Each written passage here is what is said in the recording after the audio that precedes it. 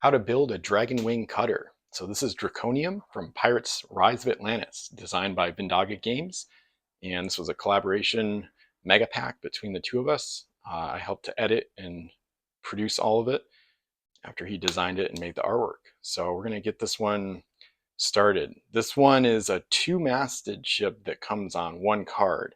It's really tight. It was actually pretty hard for me to figure out getting all the shapes onto the card. But with some trial and error and laser cut testing, I was able to pull it off. It will result in a lot of really tight areas and connection points. And also your card is, I don't really care that much about the bottom half of the card once the ship is punched out. So if you have little connection points break, that's just kind of part of the cost of getting this set out. Because if this came on two cards, the way my laser cut sheets work, you wouldn't have, it just wouldn't work as well because we're trying to do a 10 card release based on various other factors. So, and also you want to be careful with the mast tabs because they are pretty small, and the way the ship works, they have to be small because the deck is only so wide. So it's a pretty small ship overall. So I was pretty happy to get it onto just one card to make the release work. So, and then there's actually a rudder attached to the stern flag. So that's a little bit of a different ship design than anything we've really seen before. Normally there was going to be a rudder into the main deck, which you may have seen from the prototype that Vindaga Games has, but it wouldn't really work trying to fit that on one card. And also it made the hull or the deck integrity pretty shaky. So, because laser cutting, you need some kerf, and also with the artwork you need some bleed. So it's kind of hard to make the full rudder work. But so we'll get this started here. So we've got the stern flag goes at the back there, and then we have this high prow that we'll see at the bow basically. So, and you might need to pre-widen slots, as with other ship types, both original and the ones that I'm making nowadays with the laser cutting.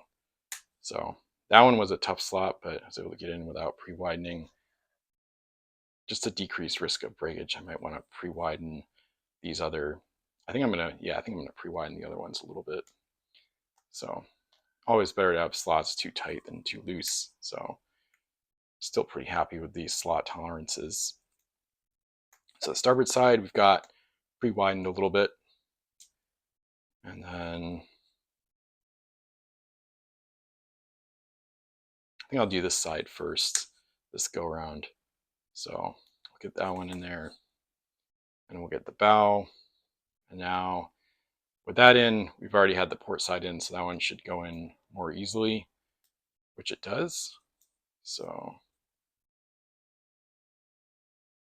let me make sure, let me go from the back on this other side here.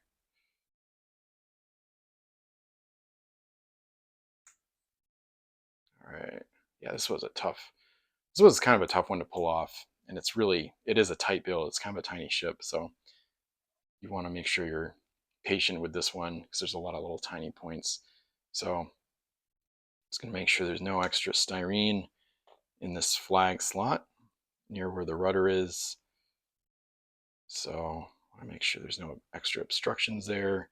And then the way this will go in, since the hull pieces are so close together, it's going to be kind of pinched at the stern. So you could either do the rudder first. I probably wouldn't though, because it would probably make putting the hull pieces in harder. So it's going to be kind of similar to a blockade runner if you've done those two-masted blockade runner ship types, where you have like the foremast or the jib, it goes in kind of under the deck, and then you can slide it in. It's going to be similar to that, where you'd kind of start by putting this in between the hull pieces and parting them at the stern.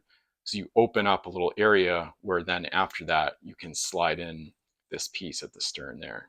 So, and then we've got the masts.